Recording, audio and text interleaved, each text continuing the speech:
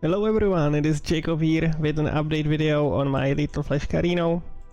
I'm at level 95, upgraded the gear a bit, it is able to farm time mark 8.1, 8.2 if you are willing to go slow, but the damage is not for 8.2 yet. 8.1 it clears comfortably quickly.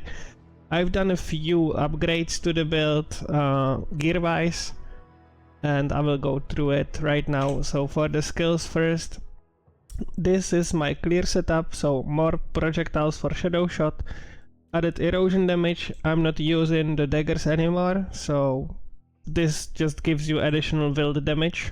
That's when the subordinate skill gains 20% of its damage as base wilt damage. So yeah, we are stuck in wilt damage, so this is the handy support here. Jump for clear and control spell for more damage. If you want to go just for bosses, just swap jump to spell concentration and you will deal more damage to bosses. And if you don't have a source of projectile penetration yet, then even projectile penetration will give you more damage than jump on bosses. But yeah, our clear setup is with jump. That's just handy. Next skill, Speed Phantom. I'm using Reaping Agony most of the times, but if you want to go faster, you can just swap Reaping Agony for Magic Dash to get one more charge and a little bit more movement speed. And the links go like a quick mobility, cooldown reduction. Both decreases the cooldown of Speed Phantom, and Mass Effect gives it 1 max charges, pretty much the same effect as the Magic Dash, but increases the Speed Phantom gives you a spell damage buff, so this increases the spell damage buff, while Magic Dash would give you more movement speed. So yeah, I'm going like this for now. Corruption with this setup, pretty much 100% uptime, almost. The second curse is Entangled Pain with the same setup. Black Hole Preparation, Reaping Agony, Mass Effect. I'd like to get 5 more energy and put cooldown recovery here, because on bosses that take longer time, like the challenge one, Black Hole will start going low on charges, so that's what the cooldown recovery helps with. So yeah, cooldown recovery as the next link. Actually missing a lot of energy here. Yeah. Precise projectiles, pretty cheap aura, just get it with a nice 10% damage upgrade. Deep Pain, not running Precise Deep Pain because Precise Deep Pain costs a little bit more. It's around 50 FEs if I remember it right, so I did not bother with that yet.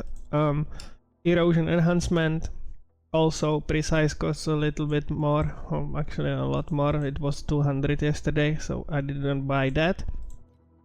And as the last skill, I'm running Corrosion Imbue, and the reason I'm running Corrosion Imbue is the wilt chance, because I'm not running the daggers anymore, so I don't have 100% wilt chance. This helps me to get my wilt chance to as high as possible. I want to get it to 100%. I have 98 with my current setup, so yeah. Wilt chance here and a little bit more damage, and it actually deals damage as well, because it is spawning these like spores under monsters, and when those spores explode, it can proc Reaping Agony as well. So I have Reaping Agony here, just another source of reap, why not? Same as on the Speed Phantom and on Black Hole, like more reaps, more like instant damage. For Soul Candles, I focused on elemental resistance with a little bit of movement speed just to get through maps faster, so both of them, 10 elemental resistance, 8% movement speed, and something beneficial, so cooldown recovery, horizontal projectile damage. Jumps, if you have a higher budget, just buy a jump candle with resistances.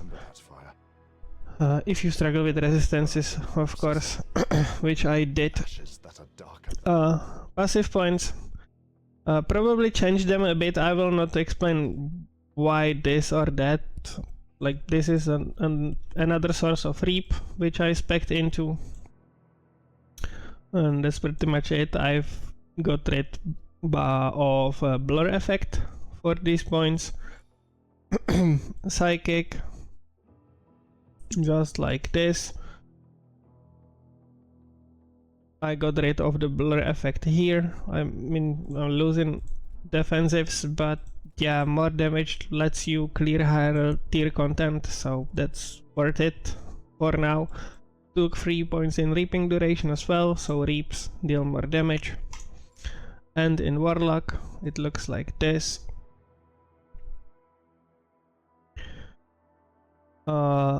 If you would need more element duration, you can pick it up here.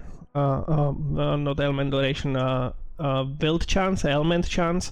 You can pick it up right here.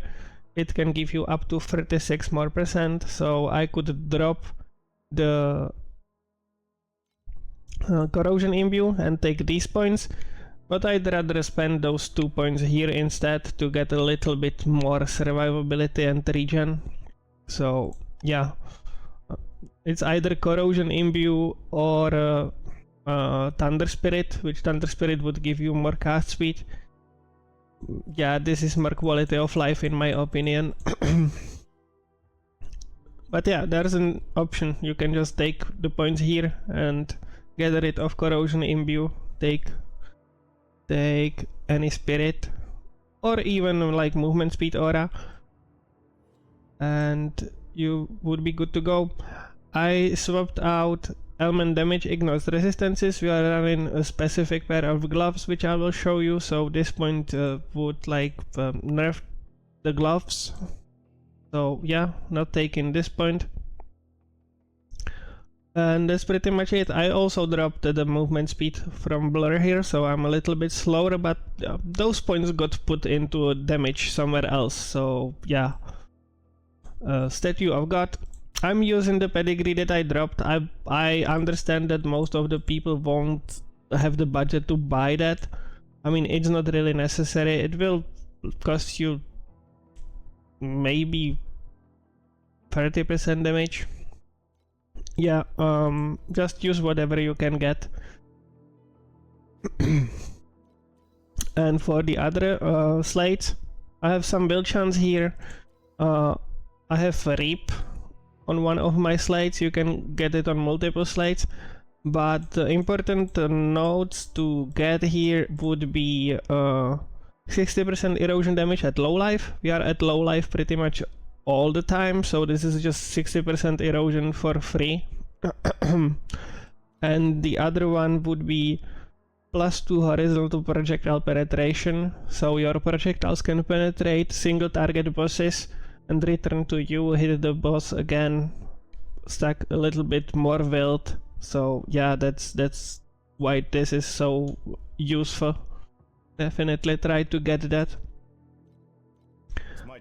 Without the pedigree, let's see, with the pedigree I have around 2.5 billion DPS. Without it, let's see, I'm not sure. Well, what will that be? I guess around 1.5, maybe.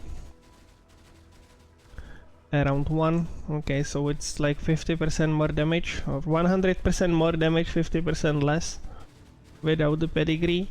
But this will still be enough to clear time mark 8 maps, so yeah, don't worry about not being able to clear time mark 8 maps with this DPS. Definitely possible. For memories, try to get intelligence with something useful. Max energy shield with something useful. Affliction effect is the most useful one that you can get there probably, and reaping duration or a reaping cooldown, and movement speed with something useful just to get through the maps faster. For the damage test, I'm using this talent. In mapping, I'm using this one, and that's because like I'm not able to reset or reload my ammo and stay close to the boss. You would have to do this, but you might end up not close enough to the boss. So just to simulate the damage boost of this, which is like 15%, I'm just swapping to this so I'm able to keep my ammo high and I can keep shooting basically. So yeah, the damage is similar. So for mapping like this, and gear wise, I have tier 2, I've swapped the daggers for full tier 2 scepters with these rolls: intelligence, damage, reap, affliction. The most important rolls on the ones, like all of them, the most important ones, gains 20% of the skill's damage as base build, and on the prefixes it would be intelligence and the reap. You definitely want those three. After that, affliction, effect, erosion damage, and dot damage. And both are identical, so yeah. Recently I started crafting tier 1 ones, so that will be for the next video, so I'm already getting upgrades.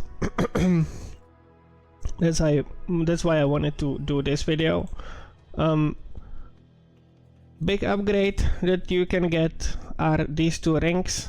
Try to get them with like 1 second here, but those will cost you a fortune actually, like yeah, 700 each. So I got ones with 2 seconds, and those were running for a little bit cheaper. And if you go for the 3 second ones, the build still works even with the 3 second ones. I get it, the rings are not cheap, but I was paying like 150 for each of those, so yeah, definitely worth it, because that's 2 more sources of reap, that you are running a lot of reap cooldown, so even with the 3 seconds you go down to around 1.5 seconds, maybe even less. So yeah, more sources of reap with definitely a lot of damage. So those would be the first upgrades. The next upgrade after that would be the gloves.